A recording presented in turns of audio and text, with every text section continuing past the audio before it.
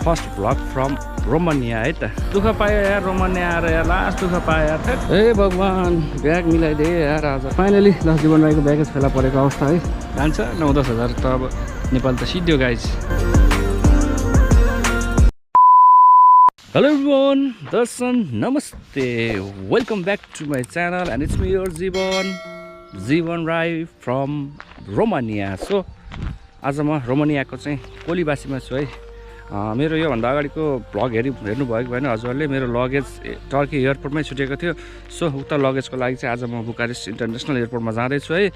आज सन्डेको दिन छुट्टीको दिन पाएर जानु लाग्यो, मेरो लगेज नै आएन कि गाइस। सो यो चाहिँ के हुन्छ, टक्क म चाहिँ अलिकति हामी बस्ने ठाउँ चाहिँ प्रुन्डु भन्ने भिलेजमा पर्दो रहेछ। अनि त्यहाँदेखि यो चाहिँ कोलीबासी, यहाँ कोलीबासीमा चाहिँ हाम्रो धेरैजना नेपाली दाजुभाइहरू पनि यहाँ कार्यरत हुँदो रहेछ है, एग्रिकल्चर वर्करको रूपमा। यहाँ कोही ड्राइभर हुनुहुन्छ, कोही अपरेटर हुनुहुन्छ, अब त्यो त ठाउँमा छँदैछ होइन। सो आज चाहिँ हामी यहाँबाट बस पाउँदो रहेछ 9 बजेको, 9 बज्न लाग्छ। हामी चाहिँ यहाँबाट रेडी भएर अब यहाँबाट चल्दिन्छौँ बुकारेस्ट। अब लेट चाहिँ आज बुकारेस्ट के कस्तो देखाउन सकिन्छ टक्क हजुरलाई अपडेट गरौँ न आज राजधानी होइन। जस जीवन राईको यो फर्स्ट भ्लग फ्रम रोमानिया है त। सो हामी चाहिँ अब बस चढ्नका लागि बस स्टपतर्फ अघि बढ्दैछौँ है कम्पनीबाट। यता जङ्गल, यता कम्पनीको अफिस है।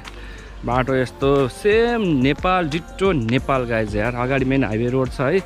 बस आउँछ ठ्याक्क 9 बजे, वेट गर्नुपर्ने हुन्छ। हाम्रो यहाँ दाजुहरू आउँदै हुनुहुन्छ। ल हेर्नुहोस् हाम्रो यहाँ कोअपरेटिभ के हो एग्रिकोला बाइप्रो कोलाबासी लोकेसन रहेछ है यहाँको। सो अब यहाँको विषयमा विस्तृत जानकारी त मलाई पनि थाहा छैन है। र मेन कुरो यहाँ ल्याङ्ग्वेज प्रब्लम यार। हामी बस्ने कम्पनीमा कसैले इङ्ग्लिस बुझ्दैन क्या गाइज। ओन्ली हाम्रो साउको छोरोले मात्रै बुझ्नुहुन्छ इङ्ग्लिस, त्यो बाहेक कसैले नो इङ्ग्लिस यार। यस्तो तनाव गाइज यार। Third European country no English, but गाह्रो छ, केही छैन, बिस्तारै बानी बस्दिन्छ। आएको अब केही दिन भयो भनौँ न, 5-7 दिन भयो तापनि 5-7वटा कुरा चाहिँ सिकिसकेको छु है जीवन राईले चाहिँ।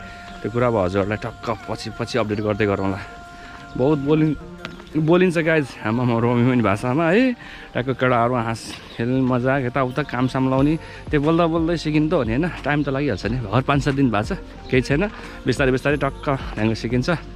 अनि हजुरहरूलाई पनि टक्क रोमानियन ल्याङ्ग्वेजहरू अपडेट गरौँला नि त है। सो पहिला बुकारेस्ट पुगाउँ न यार। कहिले पुग्ने हो, यहाँबाट बसमा 1 घन्टा लाग्छ अरे नै ठ्याक्कै। त्यहाँबाट चट्ट ड्रप झरिसकेपछि फेरि अर्को नेक्स्ट 1 घन्टा या त्योभन्दा बढीमा चाहिँ हामी टक्क बुकारेस्ट एयरपोर्ट पुग्छौँ भन्ने खबर चाहिँ मलाई यहाँ दाजुहरूले दिँदै हुनुहुन्छ है। त्यसको बारेमा चाहिँ मलाई त्यति बेसी जानकारी थाहा छैन। अब जाउँ न पहिला, अनुभव गरौँ न, नभइकन कसरी थाहा हुन्छ होइन। सो हामी चाहिँ यहाँ बस स्टपमा आइसकेका छौँ है, वेटिङमा छौँ गाडीको। अहिले 9 बज्न लाग्यो होला, जम्मा 1 मिनटमा आइसकेको छ। बस पनि आइपुग्छ टक्क लाएर है। यो हाम्रो यहाँ यस्तो बस स्टपहरू हुँदो रहेछ है। बाटो यस्तै हो, घरहरू टक्कै सानोतिनो घरहरू, मसिनो घरहरू, एज अ नेपाल जस्तो लाग्यो है। बाटो यस्तै हो, सानो बाटो। बाटो चाहिँ एकदम आनन्दको कि खाल्टाखुल्टी कहीँ छैन भने। सब एकछिन वेट गर्छौँ यार, तनाव भइसक्यो भने, सामान्य गरेर टेन्सन भइरहेछ भने अरूभन्दा नि ठुलो कुरो है। कति 13 तारिकमा आएको गाइज है, आज 19 तारिक भइसक्यो। गर्नु गऱ्यो यार हाम्रो टर्किस एयरलाइन्सले यार। तनाव दिएर यार त्यस्तो नि गर्ने एउटा यार। सो हामी केही बेरको यात्रापछि अहिले टक्क 9:48 गइसकेको छ। हामी चाहिँ वर्षेनी आइसकेका छौँ है। अब यहाँबाट मेट्रो चढ्नु पर्ने हुन्छ अरे हाम्रो दाजुको भनाइअनुसार। लेट्स टक्क आज जीवन कसरी अब एयरपोर्ट पुग्छौँ हेरौँ। कहाँ कतिवटा गाडी चेन्ज गर्नुपर्ने हो, आई डोन्ट नो गाइज यार। दिस इज द रोमानिया या।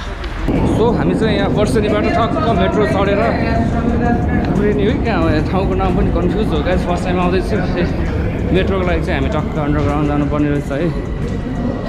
सही हो ल।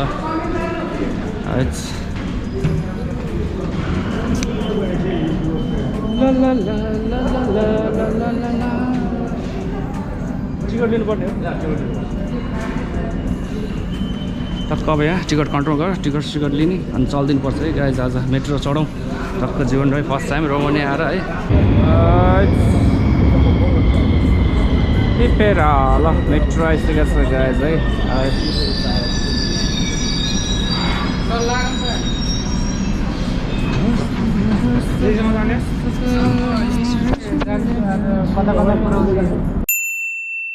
अब टक्क हामी यहाँ मेट्रोबाट ओढेर अब यहाँ कुन ठाउँ भन्नुभएको यो? हजुर आइपुगेको छौँ है गाइज अहिले हामी उन्नेरी देख्यो के अब हेरौँ लेट्स सी अगाडि या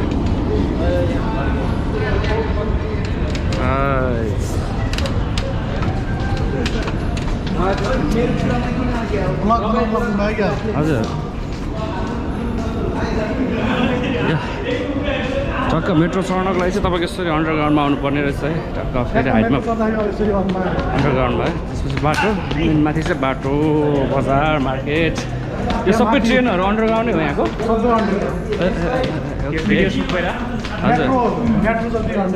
हजुर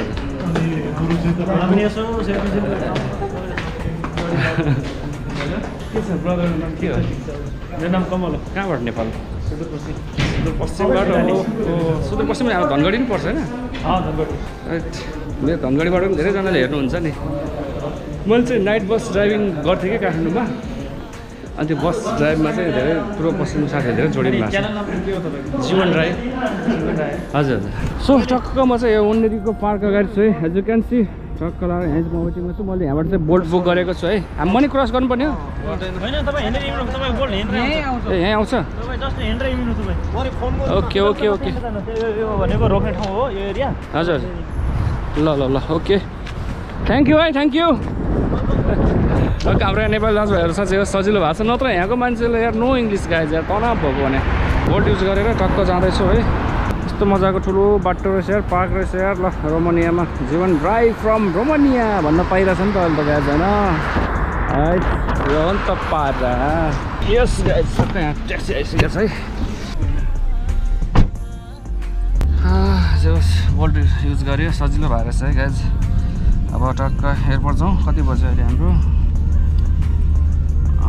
10:32 गइसकेको छ अब कति मिनटमा पुग्छ लेट्सी एयरपोर्ट पुगेपछि अनि टक्क अपडेट गरौँ ल 10:32 भएर छ है मस्त रहेछ ल मार्केट टक्क अब हल्लीचल्ली हान्नुपर्छ गाइज है छुट्टीको बेला टक्क यो रोमानियाको यस्तो मार्केटहरू आएर एज यु क्यान सी सही हो ल मलाई चाहिँ यहाँबाट 56.9 लागेको छ है एयरपोर्टको लागि के गर्नु अब बस चेन्ज गरेर जाउँ भने लेट हुन्छ कता कता हो झन् ढिलो होला बाटो पनि थाहा छैन है अनि ट्याक्कै यहाँसम्म चाहिँ हाम्रो नेपाली दाजुभाइहरू आइपुग्नु भएको थियो नि त सजिलो भयो त्यहाँबाट चेन्ज गाइज बुकारेस्ट कस्तो रहेछ भन्ने चाहिँ टक्क अब अरूको भिडियोहरूमा हेरिरहन्थेँ मनमा लागिरहन्थ्यो होइन बट आज आफै आँखाले देख्न पाइरहेछ है गाइज नथिङ एक्स्ट्रा खासै केही फरक त छैन है बट ठिक छ जे होस् सही छ हामीले चाहिँ टक्क लगाएर यस्तो ट्याक्सी बुक गर्दाखेरि बोल्नै नपर्ने भने ठक्क क्लिक मात्रै गरेर पुग्ने रहेछ ठ्याक्क लोकेसनमा आउनुहुन्छ आफूले टक्क प्राइस हेर्ने जानुपर्ने रहेछ है हामी भित्र कहाँ लिएर गइरहनु भएको छ हाम्रो यहाँ गुरुले डोन्ट नो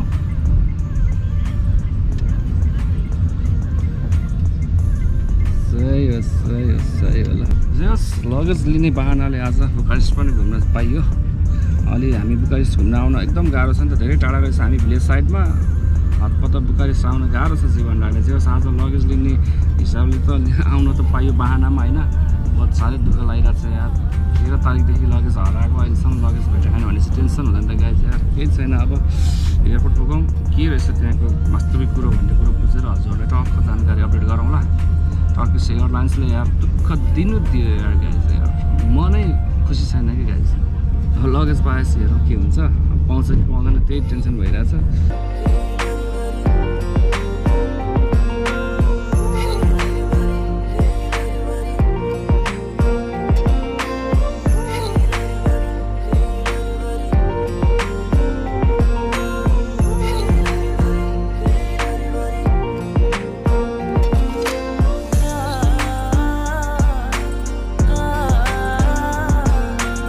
उन्नेरीबाट तपाईँको ठ्याक्क आधी घन्टा लाग्दो रहेछ यार ट्याक्सीमा आउँदा नि आधी घन्टा सो फार गाइज यार बसमा आएको भए त 1.5 घन्टा लाग्दो रहेछ अब चाहिँ अगाडि लगेज पाउनु अनि मात्रै जीवन राईको अनुहार ह्याप्पी देखिन्छ गाइज यार तनाव भइरहेछ